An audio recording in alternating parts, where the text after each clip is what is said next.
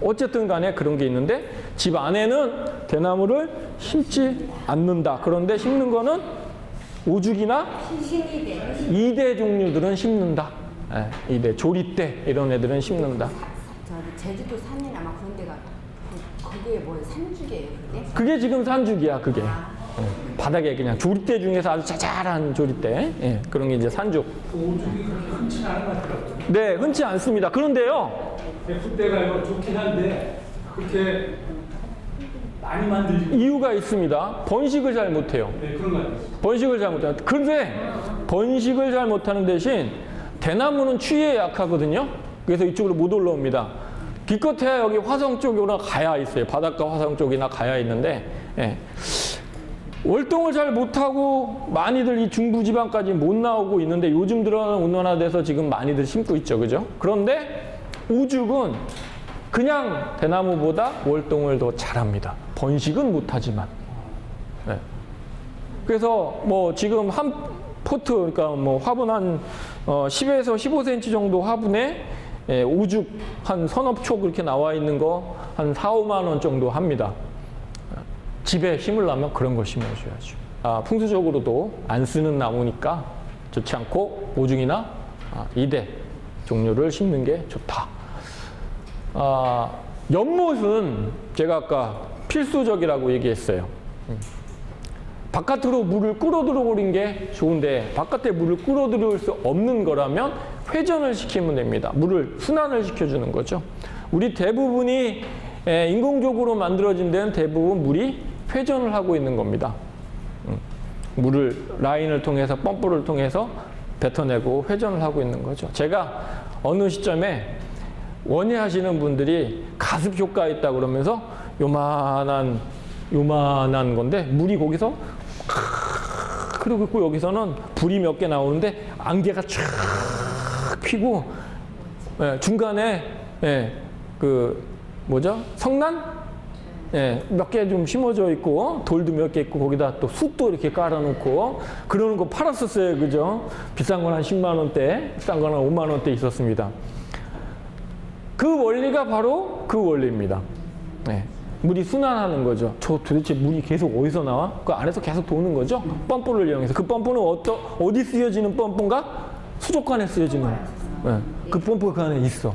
계속 물이 순환되는 거죠. 이것도 도움이 됩니다. 식물을 안 키우는 거라면 그거 오래 쓰다 보면 물때 생기거든요. 노란 물때. 그 노란 물때는 아주 안 좋은 거예요. 청때는 괜찮은데 노란 물때는 굉장히 안 좋은 건데 그럴 때 낙스 한 뚜껑을 한 달에 한 번씩 싹 부으면 싹 없어지고 물 굉장히 깨끗해집니다. 먹는 물 아니잖아 어차피. 그지? 연못은 조경의 정원에는 저는 필수라고 생각합니다. 그런데 우리 꼬맹이가 생겼어, 아기가 남았어 그렇게 되면 미리 만들어 놓은 연못을 방수 처리가 돼 있고 배수구가 있기 때문에 배수구를 막히지 않게 잘 처리하고 거기다가 우리 배양토라는 거 있잖아요. 퍼라이트하고 피트모스하고 섞여 있는 가벼운 흙 있죠? 그거를 잔뜩 집어넣고 그걸 화단으로 만들어 버립니다. 그거는 퍼쓰기도 참 편해요. 가벼워서. 제가 해봤는데 연못을 너무 크게 만들지 마세요. 3m 넘어가지 않아야 됩니다. 3m 미만이어야 됩니다. 그래야 관리하기도. 그 다음에 무게도 1m가 총 1루베, 1제곱미터의 무게가 1톤입니다. 물. 그쵸? 제가 예전에 처음에 수업 들어가기 전에 한번 말씀드렸었어요. 그러면 3m면 우리나라에 동결 수심이라는 게 있어요. 물이 겨울에 얼지 않는 깊이, 그 안에서도 고기가 월동을 할 수 있는 깊이가 현재는 80cm로 되어 있습니다. 이제 줄어들 거예요. 한 60cm로. 그 정도로 중부지방이 따뜻해졌으니까. 근데 현재는 법적으로는 80cm입니다. 80cm 밑에서는 고기가 겨울을 날 수 있다라고 얘기하는 거죠. 그래서 80 기준으로 했을 때 3m면은 몇 루베야? 3톤. 에이, 1m고 3m인가? 3m에 80인데? 9톤이지, 9톤. 그렇지. 약 9톤, 그죠? 그래서 20cm 빼면은 9톤이야. 8톤 정도 나오겠다. 그렇겠죠? 그런데 그 8톤 무게를 콘크리트가 밑에 구조체가 도대체 연못이 존재하는 동안 버텨야 되는데 가능할까? 그래서 그 안으로 3m, 3m 밑으로 좀 작게 만드는 것이 좋다. 그리고 지금은 80cm라고 하는 동결 수심을 갖고 있지만 지금 중부지방이 많이 따뜻해졌으니까 한 60cm까지 만들어 깊이 60cm로 만들어 놓고 고기가 자랄 수 있는 항아리 하나 묻어주면 돼. 그러면 고기가 그 안에 들어가 있을 때는 그 아래 수심으로 더 들어가는 거랑 마찬가지니까 그렇게 해주면은 고기가 활동을 할 수 있습니다. 그래서 동결 수심을 유지한 상황에서 연못을 만들어주고 그 상황에서 저는 실질적으로 해봤는데 꼬맹이가 생겼다고 해갖고 그 사고가 있고 난 다음에 그 다음부터는 연못을 만들어 놓고 항상 얘기합니다. 그 애들이 태어나거나 어린 아이가 잠시 여기 머물러야 되거나 애가 크는 동안에 봐줘야 되는 엄마들 많잖아, 그지? 미치지. 내 자식 키우고 나서 손주도 키워야 되는데, 그지? 뭐 하여튼 내가 애 키우는 기계야. 뭐 하여튼 간에 키워야 되다 보니까 어쩔 수 없어. 그래서 연못을 묻어버리지 마시고 배양토를 이용해서 거기다가 놓습니다. 놓고 난 다음에 약간 마운딩을 살짝 해주는 거죠. 연못은 부정형으로 만들어놨으니까 화단으로 쓰기 딱이지. 또 배수구가 있으니까 비가 와도 배수구로 화분하고 똑같은 역할을 갖고 있겠죠. 그러니까 거기다가 토심이 깊으니까 60cm 이상이니까 교목만 아니면 관목, 초번io 다 심을 수 있죠. 앵두나무도 심을 수 있습니다. 여자분들 좋아하는 남천, 요즘에 중부지방에도 되니까 남천, 화살나무, 빨간 열매 달리는 여러 가지 것들, 초코베리, 베리 종류들 요즘 많이 나오는 아로니아 뭐 이런 것들 심을 수 있죠. 그런 것들 심어주고 해갖고 화단을 만들어주고 애가 이제 걔가 그냥 그대로 있는 건 아니잖아. 크잖아. 그거 파내는데 내가 묻을 때는 그 직접 하셨고 내가 파내는 건 해봤는데요. 하루면 파더라고. 시국이 가벼워서. 그 퍼라이트 그 배양토는 나올 때 포대로 나오잖아요. 그죠? 그 포대 버리지 마시고 그늘에다 잘 창고에다 놔둔 다음에 거기다 담아 다시. 그러고 나서 그거 어디다 뿌려? 그 남은 거 밭에다 뿌리면 돼. 밭에다 뿌리면 돼. 뭐 재활용하시면 됩니다. 충분히 좋아. 또 어디다 뿌려? 그냥 우리 밭에다가 잔디밭에다 뿌려도 되고 잘 고루고루 잘 뿌려주면 됩니다. 충분히 가능한 거죠. 그래서 연못을 다시 살린 예가 있는데요. 그렇게 쓰시면 됩니다. 그래서 연못을 팔까 말까 고민하지 말고 파 놓고 애들이 생기면 배양토로 메꿨다가 다시 퍼내면 됩니다. 고민 안 하셔도 돼요. 연못은 저는 있으면 좋을 것 같다. 자, 데크는 건축물에 붙어 있는 구조체입니다. 자, 엄밀하게 말하면은 데크는 건축 신고를 해야 되는 겁니다. 그런데 합니까? 안 하지. 그리고 대부분 건축물 할 때 건축업자가 만들어 주죠. 근데 그 만들어준 거는 평면상에서 봤을 때만 만들어 놓기 때문에 부족하다 싶어. 그래서 적용하는 사람들한테 적용해 놓고 추가적으로 해달라고 얘기합니다. 엄밀히 말하면 건축 구조물이지만 조경이 하는 겁니다. 우리나라는 옛날에 풍수적으로 바깥에 들어오는 길을 받기 위해서 단을 만드는 걸 하지 않았어요. 단을 만들더라도 완만하게 하나나 두 개를 만들지 않고 3개 정도. 자, 대문에서 단을 하나 만들어요. 그죠? 하나나 두 개의 단을 만듭니다. 그 다음에 남자가 기거하는 방에 단을 하나 만들어. 걔 아무도 없느냐 해야 되니까 좀 높은 데 있어야 되잖아. 그리고 나서 뒤에 단을 하나 더 만드는 식으로 완만하게 만들어 놓습니다. 근데 우리 지금 현재는 어때요? 그냥 데크만 1m야. 데크만 1m죠. 좋은 기가 들어오다가 그냥 탁 하고 막힌다니까? 좋지 않다. 그래서 데크는 위험합니다. 또 아십니까? 법적으로 데크 높이만큼의 난간이 올라가야 되는 거? 법입니다. 그거는 건축법상. 데크를 만들 때 데크 난간은 만들어야 되는데 올라온 만큼의 1m가 올라왔으면 1m의 난간을 만들어야 된다고. 맥시멈은 있죠? 얼마? 가슴 높이 1.2에서 1.5 그건 건축물에 따라서 틀려지는데 옥상이 그래서 옥상 높이 난간이 다 1.5, 1.2에서 1.5예요. 층수마다 약간씩 틀려질 텐데. 네. 그래서 뭐 하지 못하도록? 자살하지 못하도록 만들어 놨어요. 근데 우리 데크는 안전 문제가 있어요. 내가 사는 집인데, 그쵸? 내가 사는 집인데 데크를 만들어 놓고 난간을 안 만들어 놨다. 와, 안 봐도 비디오죠. 50cm를 높였다. 50cm의 난간. 1m를 높였다. 1m의 난간이 있어야 됩니다. 법적으로. 그러면 1m를 높였다. 1m의 난간이 있어야 되는데 그게 경관을 또 훼손시켜요. 네. 왜? 법적으로 머리를 통과할 수 있는 난간의 간격을 갖고 있어야 됩니다. 또 통과할 수 없는, 그래서 15cm에서 20cm 폭을 유지하는 난간 살이 있어야 돼. 만약에 1m를 높여놨는데 1m 난간이 있어. 거실에 있으면 난간만 보여. 그럼 얼마가 좋을 것 같아요? 50cm가 딱 좋습니다.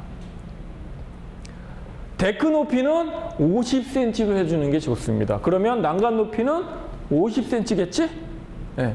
떨어져도 50cm에서 떨어져 봐야 네. 아주 크게 다치지는 않겠죠.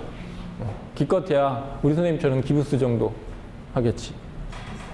어쨌든 뭐 그 정도 낙상 사고가 크게는 안 일어날 겁니다. 그래서 데크도 넓이에 따라서 난간을 넣을지 가면서 그런 거 아니에요? 넓이는 관계 없어요. 높이랑 관계 있는 거지. 넓이랑은 관계 없습니다. 넓이는 100평을 하든 200평을 하든 내 땅만 넓으면 할 수 있는 거고, 네. 높이의 제한이 있는 겁니다. 내가 10cm를 높였다. 10cm 필요 없어. 50cm 이하만? 네. 50cm, 원래 법적으로 규정은 30cm라고 얘기를 하는데요. 네, 그거는 주변에 적용을 하다 보면 거의 비슷해지거든. 그래서 50cm로 일반적으로 하는데 50cm 높이가 딱 좋습니다. 자, 만약에 그게 어렵다 그러면 어떻게 되겠어요? 이렇게 해놓는 거죠. 자, 단면도입니다.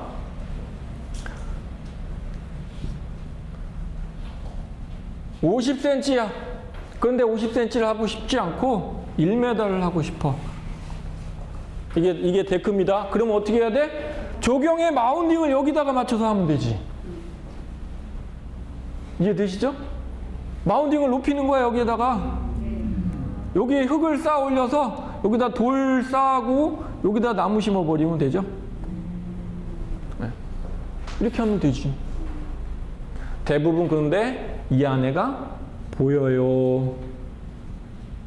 이 안에 보이죠? 데크 밑에 보이는 건 별로 안 좋아요. 데크 밑에 보이는 건 별로 안 좋죠. 자, 이 데크 밑을 활용하는 방법이 있죠. 창고로 쓰시면 됩니다. 보관 용도로 쓰시면 됩니다. 농기구 보관 창고. 왜 잔디밭에 호수가 돌아다니고 왜 잔디밭에 갈퀴 이런 기구들이 돌아다니는지 난 도대체가 이해를 못하겠어요. 잔디밭에 물 주겠다고 물호수 1년 내내 꺼내져 있어갖고 색깔이 바랬어. 네. 밟으면 부작하고 부서지는 것도 나와. 사가갖고. 아, 엄청나. 한 번 놔두면 잔디에 딱 그 줄을 빼보면 잔디에 그 호수 라인이 그대로 살아있어요. 또 거기만 죽은 데도 있고. 아예 정원에는 호수가 필요 없어요. 사실은 물을 줄 이유가 없으니까. 다들 이상한 눈으로 날 쳐다보고 있습니다. 아니, 잔디밭에 물 줘야 되고 가물면은 꽃밭에 물 줘야 되고 나무에 물 줘야 되지 않습니까? 미쳤어, 미쳤어. 우리 옛날에 제 초등학교 다닐 때 숙제가 잔디 씻다 편지봉투 하나 씻다 오는 게 있었어요. 그게 지금 여러분들 깔려 있는 잔디입니다. 우리 엄청 그걸. 그때 생활운동 전후로 돈 벌기 운동 했지? 모금 운동 했었어요. 그때 제일 많이 했던 게 뭐냐면 잔디 씨 편지봉투 여름방학 숙제야. 와, 미치는 거지. 그래갖고 제일 먼저 간대가지고 뚝방 그때는 잔디밭이 많이 없었기 때문에 뚝방. 그때는 대부분 보면 망태기로 만들어진 뚝방을 만들었어요. 그죠? 그 뚝방 위쪽에 보면 잔디가 기가 막히게 잘 되는데 누가 물 줬나? 물 안 줬어요. 그 잔디가 지금 우리 쓰고 있는 잔디라니까? 여러분들 몇 동에다가 지금 해놓은 잔디가 그때 우리가 그 팔아서 그 한 잔디 그거라니까? 그게 모체가 된 거예요. 그거 아랫동네 땅 넓은 데서 잔디 파종해갖고 거기서 줄뛰기 이 한 줄 올해 팔 거 띄고 하나 건너서 이 한 줄 올해 뛸 거 팔고 또 내년에는 요거 안 뛴 데서 또 한 줄 띄어서 팔고 하는 식으로 자꾸 번식돼갖고 지금 그게 팔리고 있는 겁니다. 그때 나온 거예요, 잔디. 그런데 그 잔디 물 줬나? 물 안 줍니다. 잔디밭에 왜 물을 줘? 미친 거지. 서양 잔디나 주는 거야. 외국 영화는 봐갖고. TV에서 나오는 건 좀 본 거야. 네. 그래서 그냥 잔디밭에 물 열심히 주고 있는데 서양 잔디만 물 주는 겁니다. 영화 찍지 마세요. 우리 한국형 잔디는 물 주는 게 아닙니다. 물 주면 겨울도 잘 못 나고요. 왜? 항상 수분을 머금고 있는 애가 돼버리니까 월동을 잘 못하는 겁니다. 물 주는 게 아니라 또 여름철에 계속 물 주니까 얘가 너무 잘해갖고 깎는 것만 바빠지는 거야. 자기 무덤 자기가 파는 거라고. 왜 잔디밭에 물을 주냐고, 한국형 잔디에다가. 절대 물 주는 거 아닙니다. 꽃밭도? 아니, 우리 운전하고 막 가잖아요. 그죠? 운전하고 막 가다 보면 고속도로 딱 탑니다. 그러면 고속도로에 산을 깎아서 만든 번면이 나옵니다. 그 번면에 원추리도 있고요, 곽꽃도 있고요, 막 여러 가지 꽃들이 천천인데 그거 누가 물 주고 있어? 물 안 준다고. 한여름에 그 무더위에 누가 물 주냐고. 물 안 준다고. 공사해놓고 바로 주고는 그다음부터 안 줍니다. 그런데 우리 꽃밭에만 계속 물을 주는 이유는?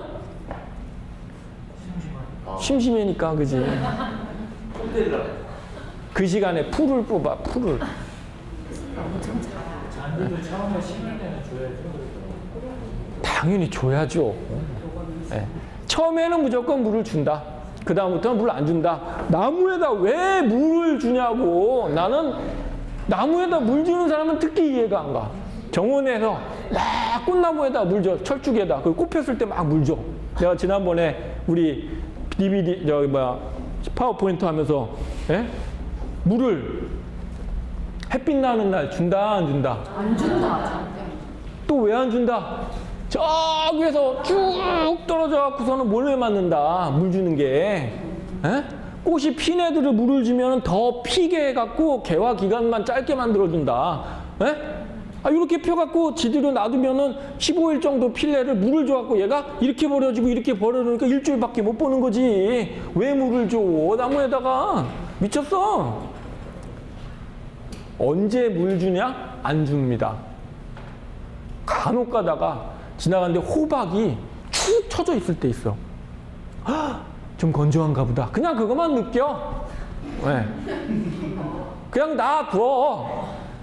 집에 꼭 심어야 될 나무 중에 하나는 라일락입니다. 그게 정식 명칭은 뭐라고요? 수수꽃다리.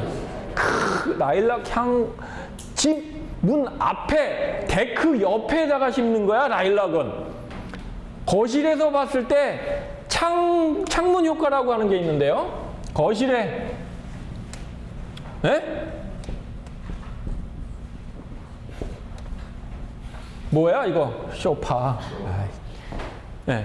대부분 창이 이렇게 있습니다. 그죠? 창문 효과, 창틀 효과라고 그러는데, 이쪽에 라일락 자리예요. 네. 자, 오늘 환기 좀 시켜. 그리고 뭘 싹 열면은 그냥 쫙 하고 들어오는 게 뭐가? 라일락 향이. 라일락 정식 명칭이 뭡니까? 그렇지. 수수꽃다리도 미스김 라일락이라는 종류 있죠? 네. 아주 꽃이. 왜 하필이면은 잘 피어있고 잘 냄새 나는 애를 왜 개량을 했을까? 더 좋아지라고 개량했지. 쓸모없으면 그게 더 못생겼고 더 향도 안 나고 더 작다면 걔를 개량을 해갖고 생산화 됐을까? 안 됐겠죠? 뭔가 나니까 했겠지. 예, 여기가 라일락 자리입니다. 탁 문 열면 그냥 슉 하고 들어오죠. 뭔 얘기하다가 이 라일락으로 왔죠? 응? 데크 아닌데? 뭐 하여튼 그래. 아유. 자, 이래서 라일락이 참 라일락이 기준점이라고 보시면 됩니다. 나무에 물을 줘야 되는 기준점. 여름에 진짜 더우면은 라일락이 잎이 처집니다. 그게 몇 년에 한 번씩 있을까 말까 한 여름 건조기입니다. 그때만 물을 줍니다. 누구한테만? 라일락한테만. 라일락보다 작은 애들한테만. 그 외에는 물을 줄 일이 있어. 그러니까 정원에 호수가 깔려 있을 일이 있나? 없지. 그 스프링클러 그러니까 미치는 거지. 그 잔디밭에 스프링클러 왜 설치해? 서양 잔디 깔았나? 근데 서양잔디 심을 수도 있잖아. 사람. 그러니까. 그 제가 물어보는 거 아니야. 서양 잔디 깔았나? 그러면 물 줘야지.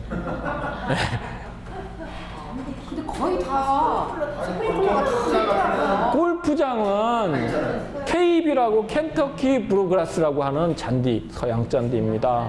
물 줘야 됩니다. 물 안 주면 안 되는 애들이에요. 오빠요? 대부죠. 양탄처럼 쫙 막 이런 애들이잖아요. 네. 우리나라가 서양 잔디가 아주 고와요. 얇아서 그렇습니다.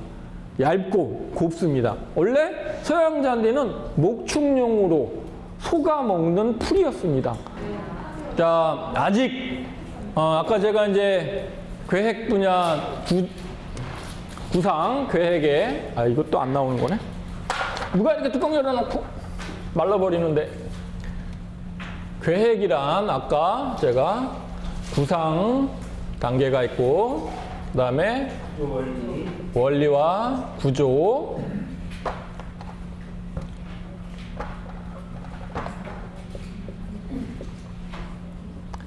그 다음에 작도, 제도라는 게 있다 그랬습니다. 자, 아직 원리 다 나가지도 못했지만 구상이라는 걸 좀 생각해 볼게요. 자, 구상이라고 하는 거는 내가 여기다 뭘 하고 여기는 뭘 하고 하는 걸 머릿속으로 생각하는 거죠. 생각만 하고 있다면 그거는 생각일 뿐이야. 어떤 행동으로 옮기거나 표현을 해야 그게 구상이 되는 거지, 내 머릿속으로만 뭐 해야지 생각하는 건 그냥 생각일 뿐입니다. 구상이라고 하는 거는 뱉어내야 됩니다. 머릿속에 있는 걸 꺼집어내야지만 구상이 될 수 있습니다. 하다못해 남편하고 부인하고 부부끼리도 의견 조율을 하면서 나는 여기다가 꼭 뭐 벼룩나무 꼭 심고 싶어. 여기다 꼭 심어줘. 이것도 구상이 되는 겁니다. 이것도 구상이 될 수 있어요. 난 여기 꼭 연못을 넣고 싶어. 이것도 구상이 될 수 있는 겁니다. 그래서 그런 여러 가지 머릿속에 있는 것들을 다 끄집어내는 게, 그래서 내가 필요한 것들을 나열을 하십니다. 또 남편이 필요한 거 또 나열을 하십니다. 나열을 해놓고 그게 어디쯤에 들어갈 건지 그거는 원리 단계, 구조 단계에서 맞춰 나가야 되는 거고, 너무 많으면 조잡스러우니까 뺄 건 좀 빼가면서 조율을 해야 되겠죠. 그리고 나서 제도, 작도로 들어가면 됩니다. 그런데 여기에 표현을 하는 데 들어가는 도면이라고 하는 것들이 있는데, 도면의 종류를 한번 좀 제가 설명을 해보겠습니다. 도면의 종류. 자, 도면의 종류는 먼저 구상 단계에서 뭐가 들어갈까요?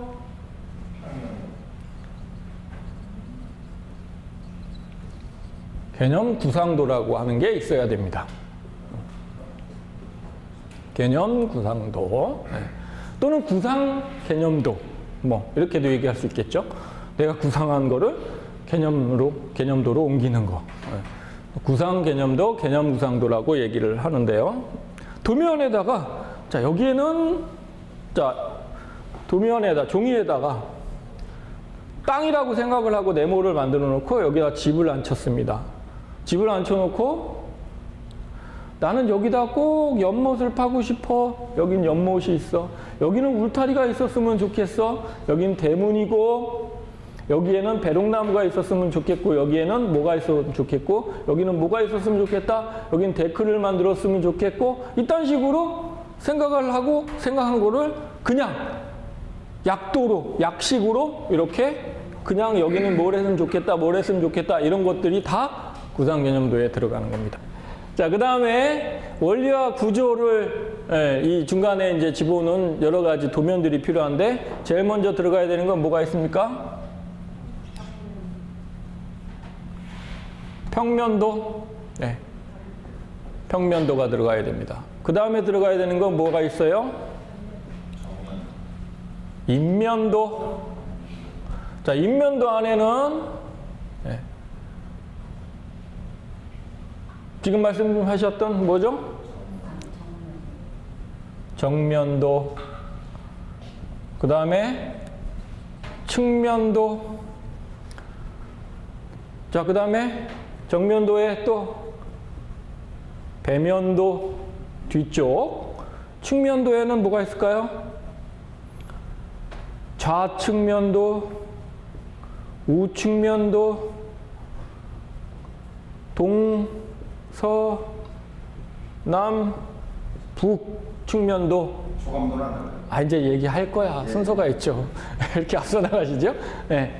자, 이런 것들이 다 인면도. 우리 입석 그러잖아. 차에 서서 갈 때. 그죠? 서 있는 형태의 그림, 인면도라고 얘기를 하고, 거기에는 정면도, 배면도, 측면도, 좌우, 동서남북 측면도 이런 것이 있다. 그 다음에 들어가는 게 뭐가 있죠? 단면도. 자, 단면도라고 하는 거는 인면도 안에 집어넣는 경우도 있고요. 단면도를 따로 빼는 경우도 있는데 대부분 따로 뺍니다. 단면도는 뭐예요? 책상이 이렇게 있으면 책상을 잘라서 이 안에 구조도를 보는 거죠. 이 책상이 잘라서 보면 어떻게 생겼어요? 상판이 이렇게 있고, 그 다음에 자, 여기 치마 입은 여자분들 치마 속 보이지 말라고 마금 장치가 있네요. 네. 그리고 책상 서랍이 있습니까? 없어? 아, 선반 있죠? 네. 선반이 이렇게 있고요. 그 다음에 다리가 바퀴가 달렸네. 그죠? 네. 이렇게 생겼습니다. 네. 이렇게 생겼어요. 자, 잘린 면에 보이는 단면도. 자, 단면도에는 또 추가적으로 들어가는 게 있는데 이 부분만 확대해서 그린 상세도라고 하는 게 들어갑니다. 상세도. 자, 그 다음에 들어가는 게 뭐가 있나요? 네. 투시도. 그 다음에 조감도. 자, 이렇게 도면의 종류가 있습니다. 자, 개념 구상도는 아까 설명해서 알겠고, 평면도는 위에서 내려다본 그림이죠. 자, 이 책상을 위에서 내려다보면 뭐만 보여요? 상판만 보이겠죠? 네. 평면도. 자, 인면도 서져 있는 그림 설명드렸고, 단면도 설명드렸습니다. 상세도 어느 한 부분만. 예. 자, 투시도는 사람 눈높이에서 보는 경관을 그리거나 사람 눈높이에서 보는 어떤 공간을 보거나 하는 거를 투시도라고 얘기합니다. 뚜뚜뚜뚜뚜 하고 그 안에 투가 된 모습을 보는 게 아닙니다. 무슨 얘기인지 알겠죠? 그건 투영도라고 하는 도면이 따로 있습니다. 이 상세도 안에 투영도라고 하는 게 따로 있어요. 네. 그거는 이제 여기 가로 열고 투영도라고 얘기해야 되겠죠. 소모주가 뚜뚜뚜뚜 600만 분이 사나이가 뚜뚜뚜뚜 하고 저 안에를 보는 거는 투영도고, 투시도는 우리 사람 눈높이에서 보는 높이에서 보는 경관을 투시도라고 얘기합니다. 조감도는 세조자를 써서 새가 날아가면서 감상하는, 그래서 굉장히 높은 곳에서 전체적인 경관을 보는 거를 조감도라고 얘기하죠. 도면의 종류인데, 여기서 우리가 정원을 만들 때 들어가는 필수 도면이 있습니다. 필수 도면은 뭐가 있어야 되냐면 평면도, 그 다음에 인면도 중에서 하나를 골라서 써야 됩니다. 인면도 중에서. 그래서 세모를 해놓고 세모 중에서 선택을 해야 됩니다.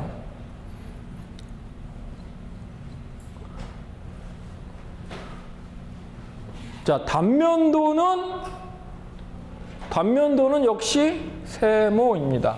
자, 예를 들자면 마운딩, 언덕이 있거나 아주 구조적으로 뭐 흙을 쌓아 올려야 되거나 아니면 연못이 있어서 연못의 구조를 알 수 있게 하는 그런 단면도. 자, 그 다음에 투시도나 조감도 중에서 선택해서 하나. 자, 그러면 얘는 무조건 들어가야 돼요. 얘는 들어가도 되고 안 들어가도 되고 또는 하나만 들어가도 되고 얘는 둘 중에 하나만 들어가고 그러면 얘 둘 중에 하나, 얘 둘 중에 하나 몇 장? 3장.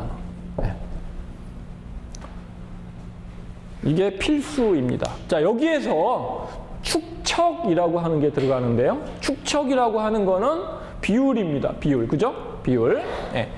축척이 들어가야 되는 도면은 인면도하고 평면도는 축척이 들어가야 된다.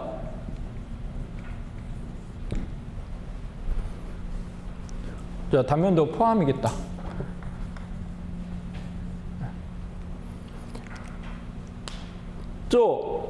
축척이 들어가야 되는데 인면도, 단면도 두 개는 선택적으로 난스케일, 그러니까 축척을 자유롭게도 쓸 수 있습니다.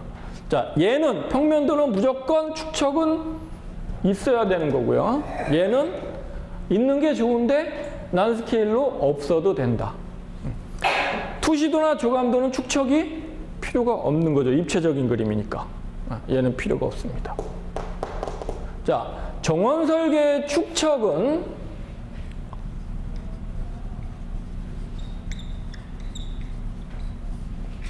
기본은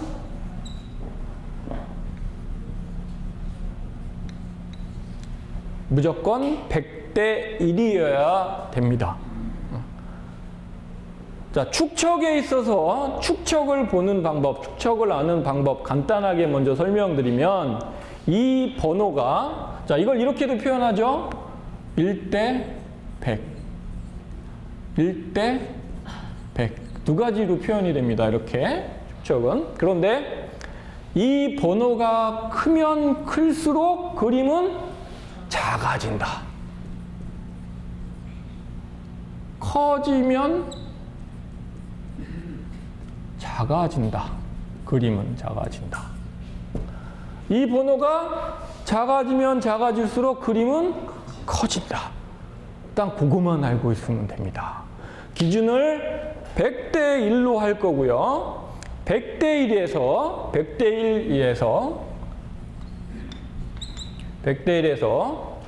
100대 1 도면에 실질적으로 100대 1 도면에 현장에서 1m는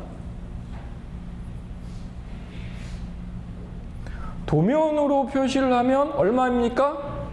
그렇지, 1cm입니다. 1cm입니다. 이게 100대 1입니다. 자, 현장의 1m는 그림 도면으로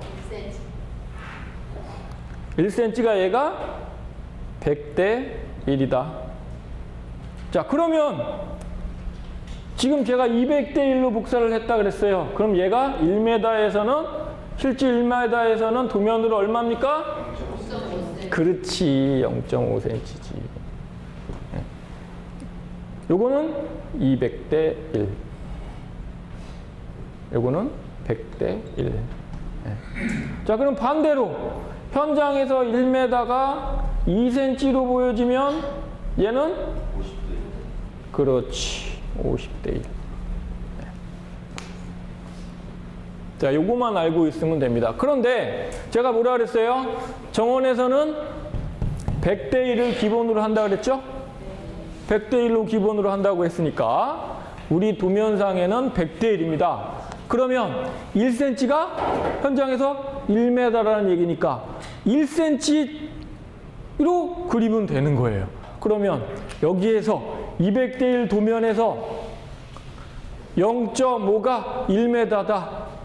0.5가 여러분들 이 템플릿 일명 빵빵이 여기에 1cm, 1cm, 1cm, 1cm로 다 표기가 되어 있어요. 그죠? 5mm도 표기가 되어 있죠? 네.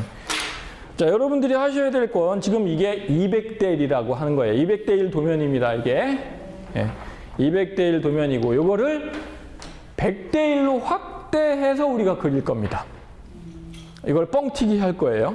물론 복사를 해서 해도 되지만 복사를 하는 것보다는 우리가 방안지에다가 옮겨서 그려야 됩니다. 이게 설계의 기본입니다. 자, 이걸 응용하신다면 어떤 땅이든 어떻게 돼 있든 뭐 남의 땅이든 내 땅이든 의뢰를 받은 땅이든 다 할 수 있을 것입니다. 자, 지금 위쪽이 북쪽 정북입니다. 네, 정북이에요. 그리고 도북이라고 얘기하는 거죠. 사실은 요거보다 살짝 이렇게 삐뚤어지는 게 정북이고 현재는 이거는 도북이, 도면에 보여지는 방향, 도북이라고 얘기하고요. 예, 진짜 방향은 살짝 이렇게 삐뚤어져야지 정북입니다. 예, 나치미를 딱 따지고 현장에 가서 보면 살짝 이렇게 삐뚤어지는 게 군대 갔다 오신 분들은 알 텐데 살짝 삐뚤어져야 되는 건데 그냥 도북으로 우리는 할 건데요. 도북 상태에서 템플릿을 이용해서 자, 내가 원하는 땅의 가운데에 점을 하나 찍으시고요. 내가 원하는 땅의 가운데다가 점을 하나 찍으시고 본인만 할 수 있게 샤프로 볼펜으로 하지 마시고 샤프로 하세요.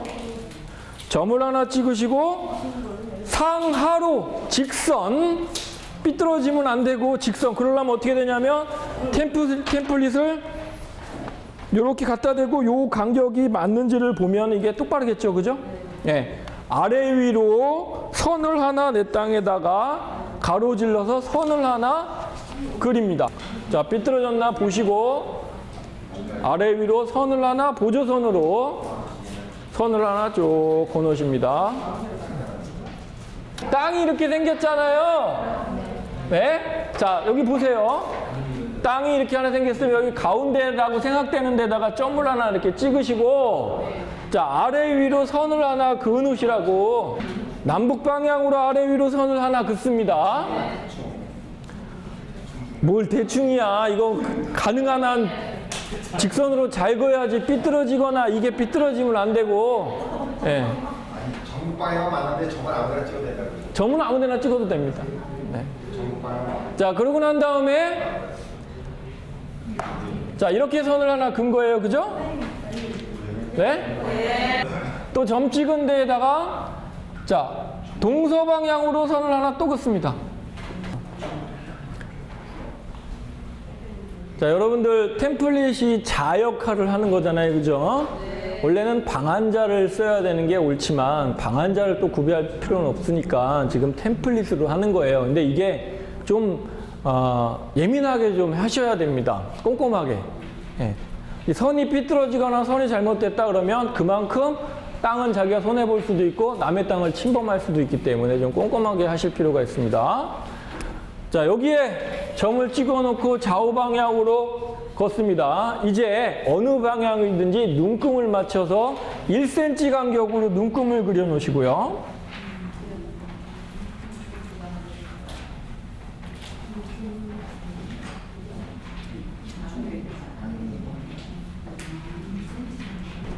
(1cm) 간격으로 자 보고 하세요.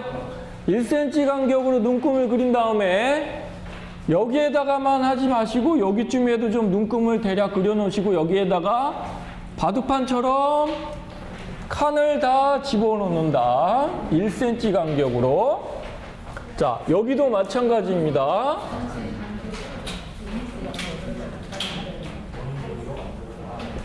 그렇지. 모는 종이를 만들어라. 우리나라에 어떤 땅이든지 지적도에 안 들어가 있는 땅은 없으니까 지적도 띄어다가 다 하면 돼요. 이렇게. 번지수만 알면은 남의 땅도 다 조경할 수 있지. 설계할 수 있죠. 근데 이게 그 정형화된 땅들 있잖아요. 예를 들면 뭐 사각. 정강으로 된 땅은 그냥 미타만 제공은 되죠. 실측이라 그러죠. 그걸 갖고. 네. 실측할 수 있어. 근데 그 실측이라고 하는 게 문제가 많은데요. 바로 방위각의 문제입니다. 실질적으로 정사각인데 내가 잴 때 정각을 재고 있는지를 모른다고. 그렇죠. 이 각도가 조금 벗어남으로써 10m 뒤에 1m에 또 그 10m, 20m 뒤에는 1m 더 넣으면 1.5m가 벌어지는데 그때 어마어마한 땅 차이가 생기는 거죠. 일반적으로 뭐 이렇게 사각형 틀은 거의 똑같잖아요. 그렇죠. 거의 비슷하죠. 그래서 뭘 갖고 가야 돼? 그때 필요한 게 측량기죠. 그때 갖고 다녀야 되는 게 뭐예요? 레벨기. 우리 선생님들이 레벨기로 레벨만 알 수 있는 걸로 알고 있는데 사실은 그렇지 않고 레벨기로 각도도 맞출 수 있습니다. 레벨기에 TIC라고 있어요. 아니 레벨기 자체에 아니 요즘이 아니고 옛날 거에도 레벨기 자체 밑에 보면 회전할 때 거기 눈금이 다 있어요. 레벨기 밑에 받침이 있죠.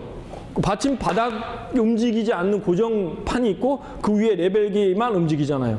그 밑에 보면 눈금이 다 있어요. 각도에 눈금이 다 있습니다. 그래서 몇 도로 꺾었을 때 다 있기 때문에 90도가 할지 뭐 60도로 할지 다 있죠. 도면을 하나를 준비해 가지고 가서 현장에 가서 실측을 할 때 30도 방향으로 몇 메다, 또 거기 가서는 20도 방향으로 몇 메다. 이게 뭐예요? 평판 측량입니다.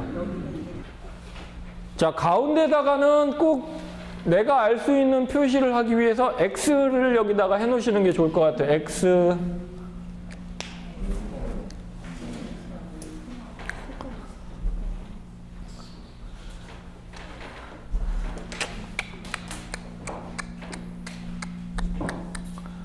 자, 다시 한번 말씀드리는데 여러분들이 지금 작도하시고 계시는 거는 200대 1입니다.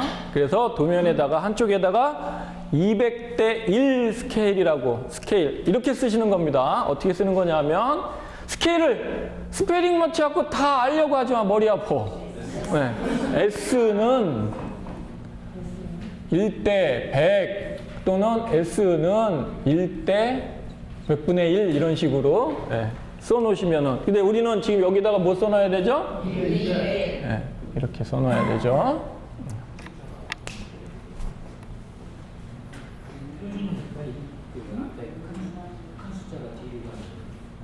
기준이 앞에 가는 거거든요. 기준이 앞에 가는 거. 기준이 1이잖아. 네, 그러니까 1대 100, 100분의 1 앞에 가는 게 기준입니다. 교수님 이게 지적도에 있는 실제 측량하고 실제가 제법 차이가 나는 경우. 네, 많이 납니다. 그거는 누가 재도 마찬가지예요. 토지개발공사에서 재도 잴 때마다 기술자들이 잴 때마다 다 틀립니다. 우리나라에서 얘기하는 걸 우리나라에서 건축 개인 부지 토목 측량에서는 허용 범위를 50cm로 두고 있습니다. 그래서 네, 50cm로 두고 있습니다. 만약에 우리 선생님 두 분이 기술자야. 이분이 가서 쟀는데 한 1m 정도 차이가 났고 이분이 쟀는데 한 그 1m 범위 내에서 한 50cm 차이가 났어요. 근데 이게 땅이 면적이 넓어버리면 내가 손해보는, 누구 하나는 손해보는 게 굉장히 많잖아. 법적으로 소송 걸어도 딱 중간에 선을 잡고 여기로 해라 이렇게 합니다. 네. 근데 만약에 50cm 이상이 벌어진다. 그럼 이유를 해서 또 다른 사람의 측량을 하나를 더 붙입니다. 그래 놓고 거기에 중간점을 찾죠. 법적으로도 소송이 그렇게 진행이 됩니다. 네. 나라에서 측량한 것과 개인이 의뢰해서 측량하는 경우가 많이 이런 문제가 나오죠. 그래서 소송까지 들어가고 그러는데 법적 오차 범위를 50cm로 지금 두고 있습니다.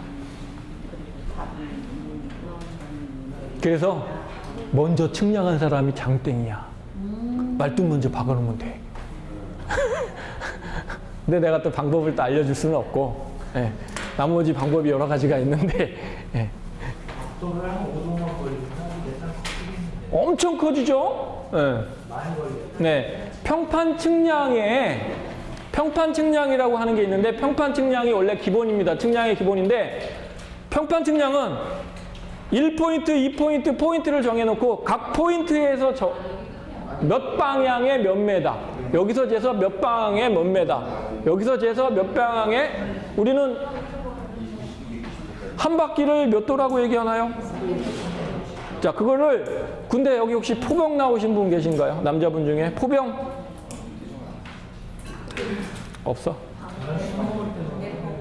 네? 아, 오케이. 자, 군대에서는 360도 갖고는 그 1도에 100m, 200m에 점점 벌어질 거 아니에요. 이걸 줄이기 위해서 4,800도를 나누는 각도가 있습니다. 4,800도로 또 나눠놔서 더 세부적으로. 오차 범위를 줄이기 위해서. 네.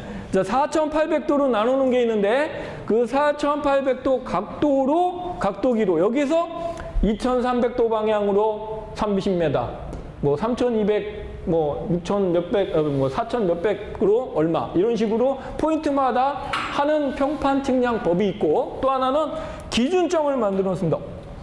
어느 도시, 어느 동네를 가든 측량 기준점이라고 하는 동으로 된 요만한 말뚝이나 목 같은 거 박혀 있는 거 보신 적 있을 거예요. 대부분 도로에 많이 있어요. 동네 입구에 있거나.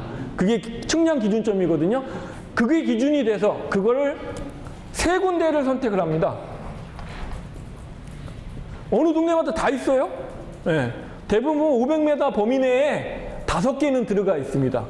어느 동네든지. 근데 그 중에 3개를 따져서 360도 방향으로,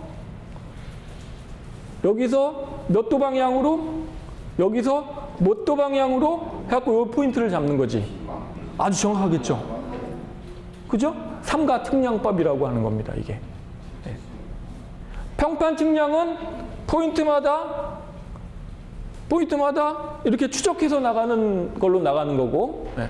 이 삼가 측량법은 여기서 여기 재고, 여기서 여기 재고. 그런데 미쳤다고 여기서 여기 쟀다, 여기서 여기 쟀다, 여기서 여기서 재고, 여기 또 와서 또 재고 그러지 않겠죠? 여기서 여기 재고, 여기 재고, 여기 재고, 여기 재고, 여기 재고, 여기에서 여기 재고, 여기 재고, 여기 재고, 여기 재고, 이렇게 한 번씩만 왔다 갔다 하는 삼각 측량 방법으로 측량을 하는 방법. 이게 현장 측량 방법인데요. 우리가 광팍이라고 하는 측량하는 사람들이 이딴만한 거 여기 해갖고 막 이렇게 보고 있는 그런 거 보신 적 있을 거예요. 그죠? 네, 광팍이라고 하는 건데, 이거는 우리나라는 그리니치 천문대 기준으로 해서 우리 38도선 만들어 놓은 그 도선이 다 있잖아요. 지구본을 보면은 다 만들어 놨잖아요. 그죠? 예, 경도위도를 만들어 놓는데 그 안에 더 세부적으로 또 바둑판처럼 나눠 놓은 게 있어. 지금 여러분들 하는 것처럼. 예. 이거를 컴퓨터에다가 내장되어 있는 컴퓨터, 걔네들이 이것만 갖고 다니는 게 아니고 컴퓨터 하나 갖고 다니죠? 노트북 하나 갖고 다닙니다. 그 안에 그 프로그램이 다 깔려 있어요. 그래갖고 얘가 전기적으로 내 위치를 찾아서 내가 가는 데마다, 그래서 걔네들이 그 한 자리에 안 있고 몇 군데 움직이죠? 포인트를 찾아서 그 포인트마다 이런 걸 찾고 이런 걸 찾아갖고 걔를 나중에 컴퓨터로 옮겨갖고 하는 게 걔네들의 측량 방법입니다. 지금 도시공사나 토지개발공사, 지적공사에서 하는 측량이 다 이 방법으로 측량을 합니다. 삼가 측량 방법으로. 자, 이게 없을 때는 평판 측량이라고 판때기 하나 하고 나침이 4,800도로 나눠져 있는 나침이 하나, 그 다음에 줄자 하나. 그것만 들고 다니면서 측량을 한 예가 있죠. 예전에 제가 레이저 포인트라고 하는 거 보여드린 적 있나요? 없어요? 제가 이따가 보여드릴게요. 자, 하여튼 간에 측량 방법 이런 식으로 하는데, 여러분 이거를 지금 할 겁니다. 도면상으로. 어떻게? 자, 여러분들 지금 도면에다가 표시를 하셨어요. 그죠? 자, 얘를 모는 종이에다 옮길 겁니다. 갖고 있는 장비 중에서 이런 장비가 있는데, 건축하시거나 토목하시거나 인테리어 하시는 분들은 본 적이 있을 건데요. 레이저 거리 측정기라고 하는 건데요. 보시에서 나온 건데, 이거는 현재 거리 측량기로 제일 멀리 가는 장비입니다. 여기 얼마짜리야? 이런 100만 원짜리입니다. 100만 원짜리. 자, 이건 거리에 따라서 가격이 틀려지는데요. 인테리어 하시는 분들이 대부분 30m짜리 쓰시거든요. 적용하는 사람들은 100m짜리는 돼야 쓸 수 있어요. 그래서 제가 현장 소장을 하면서 실제 거리를 측량을 해야 되기 때문에 자, 이런 걸 갖고 다니는데 자, 여기에서 저 벽까지의 거리를 한번 제가 재볼게요. 자, 저쪽에 보면 레이저가 나가는 게 보일 거예요. 보이죠? 보이죠? 이 벽체가 지금 똑바르지가 않네. 자, 저 레이저 보이죠? 자, 여기를 딱 누르면 여기 나옵니다. 10.265m. 자, 그리고 얘가 계산까지 해주는데요. 면적 계산을 해주는데요. 자, 요거를 잽니다.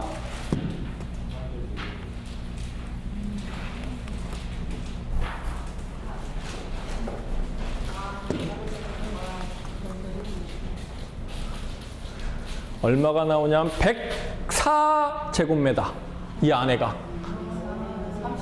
100제곱미터 정도 나온다는 거죠. 네. 30평이 좀 넘는 거지. 네. 얘가 이런 능력을 갖고 있어요. 거기에다가 높이도 잴 수 있어. 나무 높이. 나무 아래쪽에 딱 찍고 나무 위쪽을 딱 찍으면은 얘가 나무 키가 얼마다. 이걸도 계산을 해줍니다. 그러면 그거가 저쪽 그 바깥에 야외에 가 있을 때는 그 포인트를 댈 데가 없잖아요. 이런 걸 판때기 대죠. 그렇죠. 반사판이라고 있습니다. 아, 그게 있겠죠. 네. 반사판이라고 있어갖고요. 반사판은. 이런 면적에서는 그냥 되게 되고요. 네, 거의 실내에서는 레이저가 보이죠.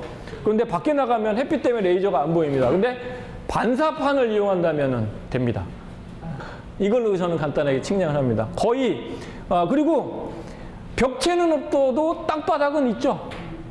바닥은 있잖아요. 사람 키 높이, 가슴 높이나 키 높이 계산을 해놓고 거기 땅바닥에 내가 원하는 위치 땅바닥에 쏘면은 나하고 거리에 내 키만 빼주면은 거리가 나오죠. 네, 요거만 여기에 적응을 시켜주면 거리가 나오니까. 제가 이제 여러 가지를 써봤어요. 이게 이제 초음파로 쏘는 게 있고 레이저로 쓰는 게 있고 두 가지 동시에 쓰는 것도 있고 여러 가지가 있는데 지금 보시에서 나오는 게 이런 게 좋더라고요. 또 하나는 이런 구석에서 저 구석까지의 거리를 재고 싶을 때가 있죠. 그럼 이게 모서리인데 요만큼을 오차가 생길 거 아니까. 근데 얘는 이게 이런 게 나와요. 그래서 그 구석에는 이걸 딱 집어넣으면 돼요.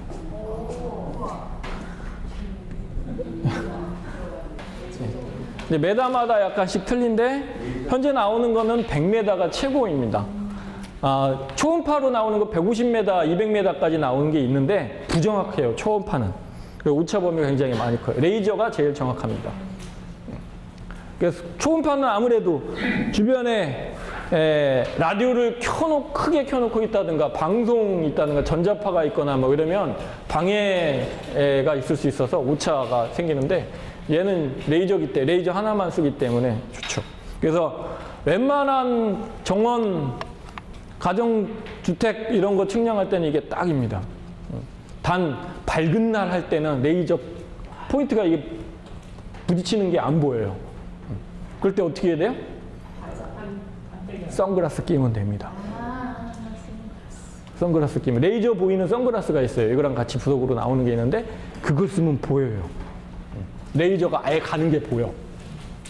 그래서 쓰는 장비입니다.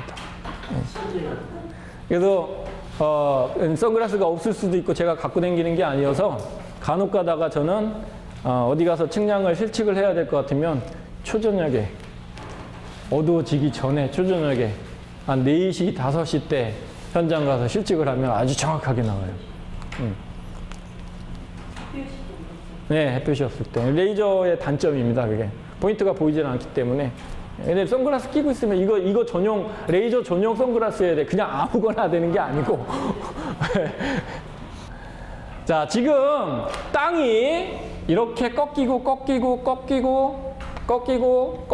이렇게 꺾여서 하나, 둘, 셋, 넷, 5번에 꺾인 꼭지점이 보일 겁니다. 그쵸? 자, 이 꼭지점은 이걸 기준으로 찾는데요. 여러분들 모는 종이의 가운데를 선택을 하시는데 여기 보시면 중간에 5cm마다 두꺼운 선으로 눈금이 진하게 보이는 게 있고 그 다음에 1cm 간격으로 조금 더 좀 연한 게 있고 그 다음에 1mm 간격으로 아주 얇은 선 이렇게 세 선으로 여기 지금 되어 있는 게 보이실 겁니다. 그죠?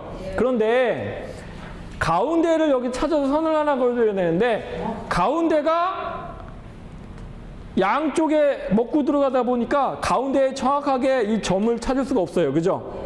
그러니까 한쪽에 몰라서 내가 땅을 봤을 때 한쪽으로 좀 치우치지 않게 여기 선이나 여기 선에 맞춰서 점을 하나 찍어보세요. 그건 선생님들이 선택하시면 됩니다.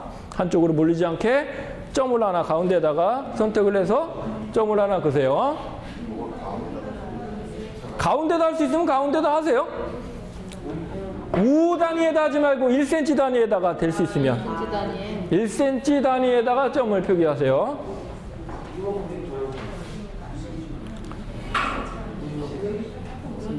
X를 살짝 배꼽 모양처럼 살짝 하세요.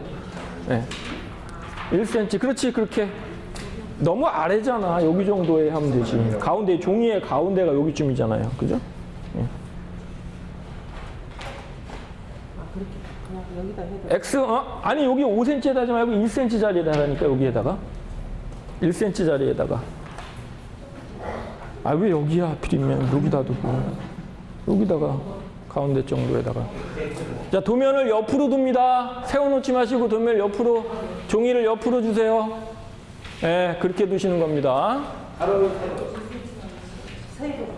옆으로, 이렇게, 길이로.